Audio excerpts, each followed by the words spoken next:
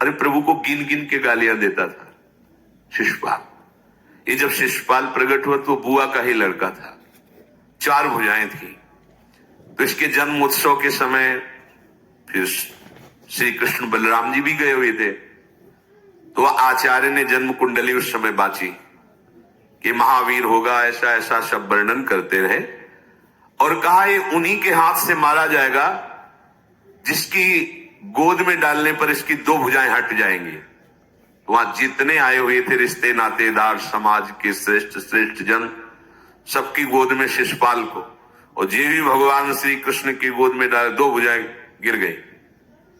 रो करके उनकी बुआ ने कहा कि मैं भिक्षा मांगती हूं कि मेरे बालक की आपके हाथ से हत्या नहीं होनी चाहिए, तो उनका 100 अपराध क्षमा करता हूं। तो उन्होंने सोचा 100 अपराध काहे को करेगा, का 100 अपराध तक मैं इसे बिल्कुल कोई दंड नहीं दूंगा, वचन देता हूं। ये जब से तोतली वाली बोलना शुरू किया तब से भगवान को गालियां देना शुरू किया था। इसका स्वभाव ही ये वैर, पूरा ऐसा वैर, भगवान को गालियां देता। जिस समय सब धर्मात्माओं राजाओं की सभा भरी हुई थी और भगवान श्री कृष्ण की अग्र पूजा हुई, सब तो सह गए, शिशुपाल खड़ा हो गया और ऐसे कटु वचन बोले, महाभारत में लिखा, हमने स्वाध्याय में पढ़ा था, ऐसे कटु वचन बोले कि कोई भी नाराज हो जाएगा उससे। तो पहले भीमसेन खड़े हुए और कहा कि अपने बड़ों का सम्मान करना सीख, क्योंकि भाई ही लगता है, जैसे कुंती बुआ ऐसे भगवान की वो बुआ का दूसरा है, ये लड़का है। सम्मान करना सीख, अगर तू ऐसे ही बोलता रहा तो यही मैं तेरा गला काट दूंगा। ऐसे का बैठ जा ब्रिकोदर, बहुत खाने वाला, तू क्या मेरे से लड़ेगा। भगवान ने भी इशारा कर दिया। जब देखा कि ये बोलता ही चला, भीष्म जी खड़े हुए और भीष्म जी ने कहा मैं श्री कृष्ण के चरण आसक्ति चित्त वाला हूं, अगर अब एक भी शब्द यहां बोला इसने तो मैं किसी की नहीं सुनूंगा, इसको नष्ट कर दूंगा। और दोनों सभाओं के सर पर पैर रखता हूं, जो श्री कृष्ण का विरोध करे उसके लिए मैं पर्याप्त हूं। भगवान ने कहा चुप रहो, शांत रहो, सबको बैठा ला। वो गिनती शुरू किए थे, 98, 99 का शिशुपाल सावधान, जो तुम्हारी माता को वचन दिया था बस एक शब्द रह गया है, आगे मुझे दोषी कोई ना ठहराए। 100 तक क्षमा करने की बात कही थी। जे ही, वो तो रुकने वाला थोड़ी था, जे ही आगे बोला सुदर्शन जी के द्वारा उसका वो परम उद्धार हुआ जो बड़े बड़े ऋषि मुनियों के लिए बड़ा दुर्लभ पद कहा गया है। गोपीजनों ने सौंदर्य माधुर्य निधि भगवान को अपना कांत माना, प्रीतम माना। एक ही वृत्ति, कितनी गजब की वृत्ति गोपीजनों की है कि सब कार्य करते हुए कृष्णाकार वृत्ति है। बेचने दही जा रहे हैं, बोल रहे कोई कृष्ण ले ले, दामोदर ले ले, माधव ले ले। कैसी वृत्ति है, देखो कैसी उच्च कोटि की अवस्था है। किसी भी भाव से हमारे प्रभु से जुड़ जाए तो इच्छा द्वेष दोनों से वो मुक्त हो जाए। और जब तक ये ठीक है, ये बेठीक है, इस तरह के द्वंद्व तुम्हारे हृदय में बने रहेंगे, तब तक मूढ़ता रहेगी और उससे पतन होता रहेगा। संसार का संबंध दृढ़ होता है इच्छा से। बहुत सुंदर बात है। संसार का संबंध दृढ़ होता ही है इच्छा से। इच्छा खत्म, संसार का संबंध खत्म। कितनी बढ़िया बात है। पर हम भागे घूम रहे हैं इच्छाओं की पूर्ति के लिए। जब एक बता दिया कि समुद्र है भगवान, जो चाहिए इन्हीं से क्यों नहीं, पर इनसे मिलने के लिए भी तुम्हें शराब छोड़ना पड़ेगा, तुम्हें मांस छोड़ना पड़ेगा, व्यभिचार छोड़ना पड़ेगा, गंदे चिंतन छोड़ने पड़ेंगे। वो राजी नहीं हो तो करो पाप और चाहो सुख। ऐसा कैसे हो सकता है? यही है जीव की परेशानी, यही है। वो ये चाहते हैं कि हे संत महात्मा, हे भगवंत, हमको छूट दो, हम खूब गंदे आचरण करें और आप हमसे सेव संतरा रुपया पैसा ले लो और आप ऐसा आशीर्वाद दो कि हमारी उन्नति होती रहे, दुख न मिले, हमें सुख ही मिलता है। कभी स्वप्न में भी नहीं हो सकता। तब लग कुशल न जीव कहूं, सपने हूं मन विश्राम, जब लग भजत न राम कहूं, शोक धाम तज काम। ये दुखों का खजाना काम अर्थात इच्छा, इसका त्याग करके भगवान की शरण में होकर जब तक नाम जप नहीं करोगे, स्वप्न में भी तुम्हें विश्राम नहीं मिलेगा। और नाम जप एक गंदे आचरण करने वालों के हृदय में नहीं हो सकता। नाम परम पवित्र है। ये तभी होगा जब आपका खान पान सात्विक हो, आपका वातावरण सात्विक हो, आपका बोलना उठना बैठना सब सात्विक हो, तब नाम भगवान कृपा करेंगे आपकी जिह्वा। फिर कौन सी इच्छा रह जाएगी, कौन सी इच्छा रह जाएगी? अरे आप विश्वास कीजिए, ये जितनी इच्छाएं हैं सब स्वाप्निक हैं। जब आप सच्चा विवेक धारण करेंगे तो आपसे पूछा भी जाएगा कि जबरदस्ती केवट से कह रहे ले लो, वो कह रहे आप कछुनाथन चाहिए मोरे, नहीं चाहिए। प्रहलाद जी कह रहे वरदान मांगो, हमारी आज्ञा का पालन करो, तो कह रहे हाँ आपकी आज्ञा का पालन करता हूं, हे नाथ मुझे यही वरदान दीजिए कि आपसे भी कोई इच्छा न रहे। ये वरदान मांगा कि आपसे भी कोई इच्छा। आप सोचो क्या है ऐसा भागवतिक रस कि जिसको वो मिला तो भगवान से भी कह देते। और भक्त तो बड़े विचित्र विचित्र है, वो भगवान से कहते तुम्हारी इच्छा क्या है प्यारे, बोलो हम पूर्ण करते हैं। तुम्हारी इच्छा क्या है, हमारी तो कोई इच्छा ही नहीं, आप बोलो आपकी इच्छा क्या है, आप क्या चाहते हो, मैं कैसे आपको रिझाऊं। ये जब कामना को लेकर के मनोवृत्ति का प्रवाह संसार की तरफ होता है, तब ये कामना ही हमें राग द्वेष में बांध देती है। जो महापुरुषों ने उपासना करके शास्त्र स्वाध्याय करके अनुभव किया है, उसे ध्यान से सुनो।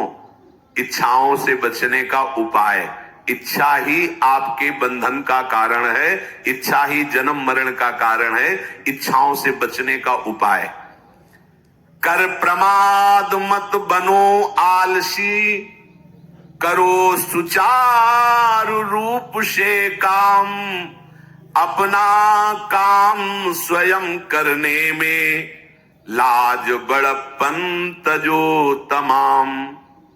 पहली बात, शरीरधारी को किसी दूसरे शरीर से अपने शरीर की सेवा तब तक नहीं लेनी चाहिए जब तक बीमार ना हो जाए, असमर्थ ना हो जाए, चाहे गृहस्थ में हो चाहे विरक्त में हो। ध्यान दीजिए, आप चाहे आपकी पत्नी हो, पुत्र हो, परिवार हो, आप उनके सेवक हैं, क्योंकि वो सब प्रभु के जन हैं। इस भावना से रहोगे, कभी नाराज नहीं होगे, कभी गुस्सा नहीं आएगा, कभी झगड़ा नहीं होगा। अगर आप अपने को ये माने कि प्रभु मेरे इस रूप में आए हुए हैं, मुझे अपने कर्तव्य का पालन करना है, तो कहीं झगड़ा नहीं हो सकता। तुम जो कर रहे हो तुम्हारा कर्तव्य, हमारा कर्तव्य है कि हम पति पुत्र परिवार आदि जो भी है, ये हमारे भगवान का स्वरूप है। मैं आप समझो वही भगवत साक्षात्कार, पर ऐसा कौन मानता है। अच्छा, साधु वेश में ये जरूर सावधानी रखनी चाहिए, ध्यान देकर सुनिए। जब तक आपका शरीर स्वस्थ है, आप किसी से किसी भी प्रकार की सेवा स्वीकार न करें। भिक्षान्न के सिवा कोई भी सेवा स्वीकार न करें। अपने शरीर की सेवा तब तक करें जब तक आपका शरीर असमर्थ नहीं हो जाता। असमर्थ हो गए तो फिर हरि ही करें आकर स्वयं, या किसी को भेज दें, उनके बस की बात है।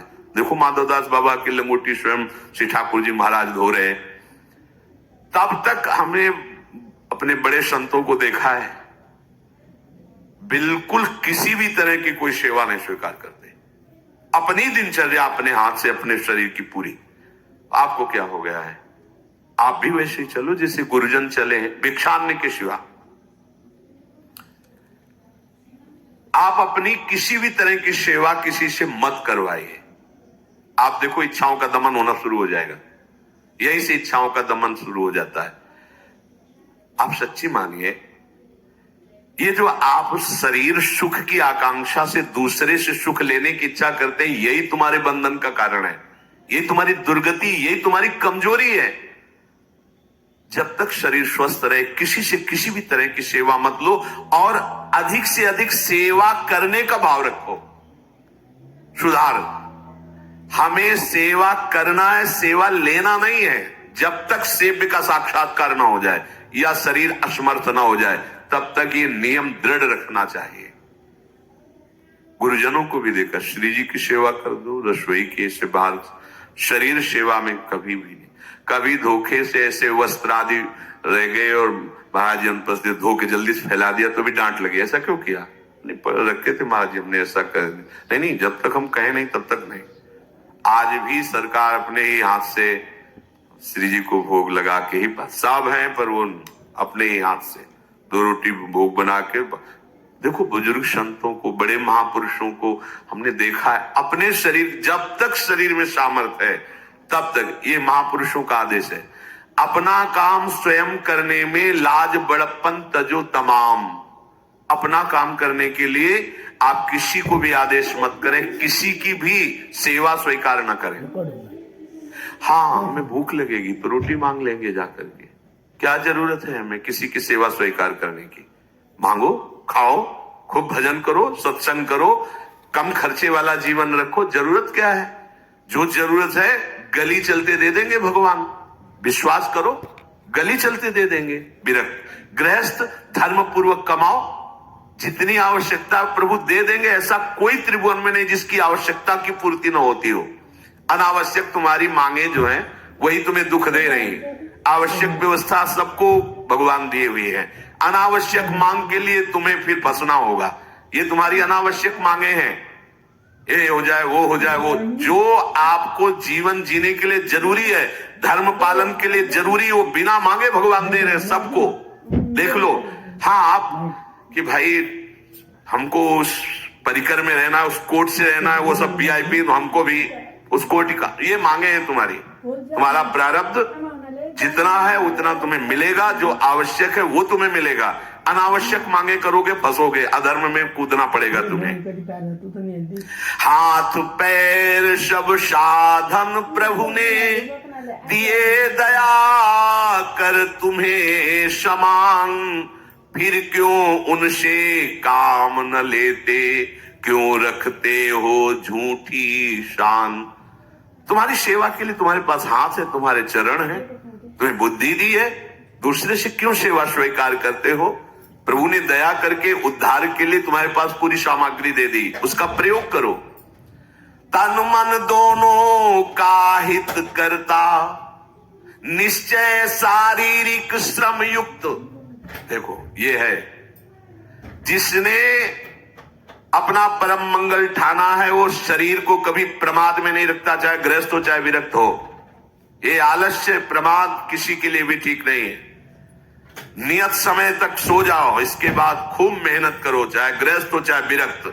विरक्त हो तो खूब नाम जप, वाणी पाठ, ब्रह्मचर्य से रहना, आसनों में बैठना, हाँ, सेवा करना, शारीरिक श्रम नहीं, खूब सेवा करो, धाम की सेवा करो, नालियां साफ करो, गलियां साफ करो, जो सेवाएं में इसे श्रम करो।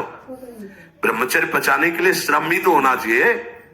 श्री जी की प्राप्ति के लिए मन वचन कर्म से श्री जी के चरणों का आश्रय लेकर के जितना आप अन्न डालते हो उतना आप इसका प्रयोग करो शरीर का। इससे ममता मत रखो। खूब धाम, पुराने संतों को देखो, सोनी पकड़े कहां कहां तक परिक्रमा में लगा। हमने देखा है एक हरिदासी महात्मा से पीछे पानी घाट की तरफ उनकी छोटी सी कुटिया, किलोमीटर तक ऐसे ही सोहनी लगा रहे।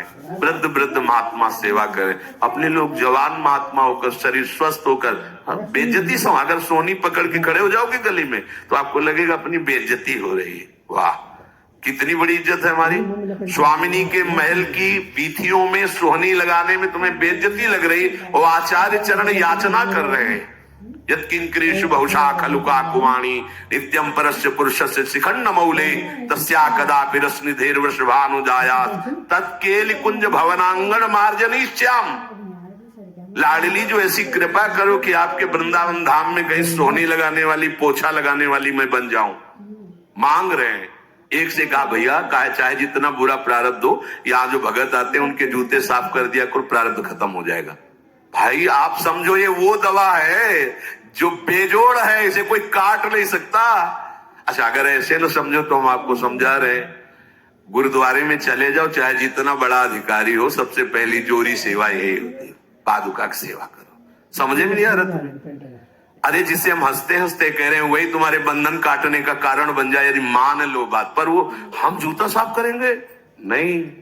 मन से हम कितने गंदे हैं ये हम नहीं देख पा रहे हैं। वो तो बाहर वृंदावन की रजुन में पादुका में लगी, छोटी मोटी बात नहीं है। पादुका जो रखी है ये बंधनी है, आप इनको ऐसे साधारण जूते मत समझ लो, ये रज में चलते। एक दिन एक ब्रजवासिनी माई रोटी रखे, उसके ऊपर पादुका रखे, एक हाथ में लाला लिए और एक हाथ में जल का ऐसे लिए, उनका अभ्यास ऐसा। अब पादुका पहन के चलने में परेशानी होती थी, तो कोई एक संत थे और बाहर से आए हुए थे, तो हंस दिए कैसे बावरी रोटी के ऊपर जूता लगा। ऐसे मतलब कितने साल हो गए ब्रजवास करते हुए, वह कई वर्ष हो गए। अरे वो जूती नहीं है जो साधारण जूती है वृंदावन बरसाने की, रज लगी हुई इसमें, ये रज लगी हुई है। तुझे रज नहीं दिखाई दे रही, जूती दिखाई दे, क्या ब्रजवास कर रहा है, डांट के चल दी। ये समझो, हम कहें कि जूती साफ करो तो हम जूती साफ करेंगे, और ये है कौन सी जूती साफ में क्या रज है। वृंदावन बरसाने सब जगह घूमते रहते हैं ये महाभागवत जन। अगर इनकी ये गृहस्थ विरक्त मत देखो, सब लाडली जी के लाडले हैं जो यहाँ आए हुए हैं। अगर हम उनकी पादुका साफ करेंगे तो हमारा हृदय साफ हो जाएगा। पर कोई मानता कहाँ है। अपनी सेवा स्वयं करो और दूसरे की सेवा मिल जाए तो जैसे लोभी आदमी के सामने धन फेंक दे तो कैसे भागता है, ऐसे आपको होड़ लगनी चाहिए कि ये आदमी इतना न कर पाए जितना हम सेवा करें। परमार्थ में शरीर पोषण नहीं, परमार्थ में शरीर की धज्जियां उड़ानी है, अहंकार की, देहाभिमान की। राखे अपने को सदा भगवत सुमिरन लीन, सुने न जग के दोष गुण, करे न चित्त मलिन। सदैव अपने को ये देखता रहे कि प्रभु का सुमिरन चल रहा है कि नहीं अंदर। बहुत बड़े काहे की परेशानी, हम तो यही समझ नहीं पा रहे कि इतनी झंझटें लेकर कैसे घूम रहे लोग। अगर हृदय में राधा राधा चल रहा है, आप व्यापार कर रहे हो, नौकरी कर रहे हो, गृहस्थ हो, विरक्त हो, जो भी, अब आपको चिंता क्या होनी चाहिए। देखो ना, थोड़े दिन ऐसे चल के देखो, हर कार्य बहुत अच्छा होता है जब भगवत सुमिरन पूर्वक आप एकाग्रता पूर्वक कार्य करें, हर कार्य में आपको आनंद आएगा। पर वो तो शरीर पोषी, जैसे आग जलने में फफोला पड़ जाता है ना, उसको बहुत संभाल के रखते हैं, ऐसे देहाभिमानी साधक भी होते हैं। कोई इतना शरीर को सजा के, इतना संभाल के कि लगता है यही भगवत प्राप्ति है इनकी, कि इनके शरीर बिल्कुल ऐसे नहीं। संतों ने देखो ना कैसे अपने शरीर के राग का त्याग किया है, गुरुजनों की आज्ञा में तत्पर होकर धज्जियां उड़ा दी देहाभिमान की, तब उनको परम पद प्राप्त हुआ है। अपने शरीर का राग रखने वाला परमार्थ में कैसे चल सकता है। कब तक फंसे रहोगे विषयासक्ति वासना में हो दीन, अरे कब तक मन में भरे रखोगे दुर्विचार दुर्भाव मलिन। जिन भोगों के लिए हो रहे तुम लालायित सुखमय जान, यही घोर दुख उपजाएंगे, बढ़ जाएगा अज्ञान। इसलिए छोड़ो सब आशा ममता आसक्ति कामना मद अभिमान, एकमात्र शरणागत होकर भजो निरंतर राधे श्याम। प्रभु की आसक्ति हृदय में धारण करो। यही समझ में नहीं आता। चले हो राग त्यागने के लिए, पोषण कर रहे हो शरीर राग का, कैसे बात बने। चलो कोई विषय संसारी है तो लगता है अभी बेचारा है। हाँ, आप लोग बेचारों की लाइन में थोड़ी हो, आप लोग बेचारों की लाइन में नहीं हो। आप जितने भी, चाहे गृहस्थ हो चाहे विरक्त हो, धाम आ गए हो, दीक्षा ले ली है, शास्त्र स्वाध्याय करते हो, सत्संग, आप बेचारे हो, आप भगवत पार्षद हो। पर आप अपने स्वरूप को समझो, ये अंदर की बातें सुधारो।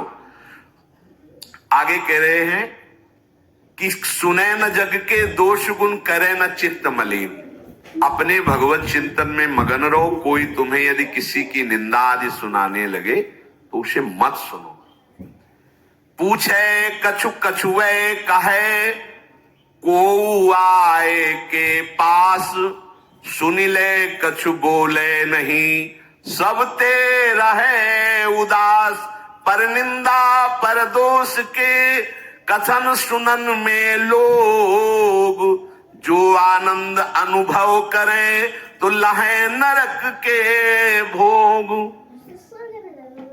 तुम्हारे पास आकर कोई तुम्हें दूसरे की निंदा सुना रहा है और अगर तुम्हें हर्ष हो रहा है, कैसी बात, कोई नामदाता सदगुरु की निंदा करे तुम सुन लिए, कैसे तुम्हारे इस पाप का प्रायश्चित होगा? सुनने और कहने वाले दोनों को एक ही दंड मिलता है बराबर। तुम अपने गुरुदेव की निंदा सुन ली, तुम अपने आराध्य देव की अवहेलना की बात सुन ली। उपासना नहीं है, कहीं देहाभिमान है कि हम तो गुरु के श्रेष्ठ है ना, गुरु जी की निंदा होती हमारी वंदना हो रही। परिणाम में लड्डू मिलेगा, खा लेना, परिणाम पक्का। पर निंदा के कीते आवत नहीं कछु हाथ, मूर्ख पर्वत पाप को ले चल अपने साथ। वैष्णव निंदा, भक्त निंदा, गुरु निंदा, ये तो बहुत ही भयानक है। भक्तन निंदा अति बुरी भूल करे जिन कोय, किए सुकृत बहु जन्म के क्षण में डारे खोए। कह रहे जो दूसरे की निंदा सुनने में आनंद का अनुभव करता है उसको भोग मिलेगा। काहे का? बोले नरक का भोग मिलेगा। इसलिए जो तुम्हें ऐसी बातें सुनाने के लिए उत्साहित हो उनसे उदासीन रहो, अर्थात उनसे कोई परिचय नहीं, कोई अपनापन नहीं। हाथ जोड़कर कह दे कि आज तो आप कृपा करके आ गए हो, आगे कृपा करके कभी मत आना। नहीं, आज हम आपका स्वागत नहीं कर रहे, आगे स्वागत करेंगे तो आप सह नहीं पाओगे, इसलिए आप कृपा करके आगे मत आना। हम आपके पास गए नहीं, आप आकर हमारे गुरु की, हमारे इष्ट की अवहेलना की बात करोगे तो आज क्षमा करते चले जाइए, दोबारा मत आना। चाहे वो कोई भी हो, तुम्हारी निष्ठा में इतनी ताकत है वो झुक जाएगा, उसकी सामर्थ्य नहीं कि वो आगे आ जाए। अगर हमारे कोई इष्ट की, आचार्य की या किसी भी नाम जापक की कोई निंदा करता है, हम सुनते हैं और उसे सुख मानते हैं, तो कह रहे हैं उसको नरक का भोग मिलेगा। नहीं, हमें जिस मार्ग में चलना है, हमें अपने आराध्य देव की प्रति प्रीति प्राप्त करनी है। और प्रीति प्राप्त होती, कोई भी राम कृष्ण हरि शिव बोले, सबके चरणों में हमारा नमन है, सबकी चरण धूल हमारे माथे पे। निंदा करना, अरे सब जगह भगवान है, ये बात देखने के लिए तो हम चले, हम निंदा स्तुति। अगर कोई हमारा मित्र बनता है, हमारा निज जन बनता है और हमको हरि गुरु इष्ट आदि किसी भी तरह की कोई निंदा, हमें बिल्कुल बर्दाश्त नहीं करना चाहिए और दूरी बना लेनी चाहिए, कभी उससे संभाषण नहीं करना चाहिए। कहे न अपनी बात कछु, सुने न पर की बात, एक निष्ठ प्रभु में रहे बसो सदा दिन रात। अपने हृदय की भक्ति की बात सहसा किसी से ना कहे और ना किसी की बात सुने, क्योंकि हमें अपनी आचार्य निष्ठा, गुरु निष्ठा से चलना है। आप अपनी निष्ठा से चल रहे हो, हमारे काम की है नहीं, क्योंकि अब हम बदलने वाले हैं नहीं, तो तुम्हारी निष्ठा से हमें कोई परिवर्तन होने वाला नहीं। और हम अपनी निष्ठा के बाद तुमसे इसलिए नहीं कहेंगे कि वो तो इष्ट मिले और मन मिले, मिले भजन रस रीति, तब वो बात कहनी चाहिए, ऐसा किसी से नहीं। तो क्या करे, एक निष्ठ होकर अपने आराध्य देव में दिन रात लगा रहे। ये बहुत जगह जाना, बहुत लोगों से व्यवहार करना, ये सब भजन में बाधक बात है। समिट जाओ, अपने लाडली लाल को दुलार करो, नाम जप करो, धाम वास करो, बहुत जो है, हाँ दर्शन कर आओ। नहीं, एकांत वास करो, प्रभु खुद आके दर्शन दे देंगे, मान लो विश्वास। अगर आपका भजन ठीक चल रहा है, सही मार्ग चल रहे हो, तो दर्शन वाली बात ही हट जाएगी, क्योंकि फिर वो समा जाते हैं, हृदय में समा जाते हैं, नेत्रों में समा जाते हैं, मन में समा जाते हैं। आनंद की उमगन में कभी गए, आंख लड़ा ली प्रभु से, नहीं तो आंखों में ही बसे रहते। पी मूर्ति नैनन बसे, तेहि रस रहाय समाये। राग रोष दुख दोष में जग सो रहे सचेत, काहू सो न करे कबो वैर भाव अरुहेत। कोई इच्छा न रखो तो तुम्हें कभी क्रोध नहीं आएगा। इच्छा राग ही द्वेष को उत्पन्न करती है। इन दोनों से सचेत रहो, ना किसी से तुम्हारा द्वेष होने पावे न राग। कभी किसी से किसी भी तरह अगर झगड़े का, लड़ाई का अवसर आता है तो हाथ जोड़कर निकल जाओ, झगड़ा मत करो। उससे ये होगा कि आपकी वृत्ति बच जाएगी, नहीं तो वृत्ति द्वेष पूर्वक बार बार उसका चिंतन करेगी जब भजन में बैठोगे, और उसके प्रति अशांति, जलन पैदा हो जाएगी।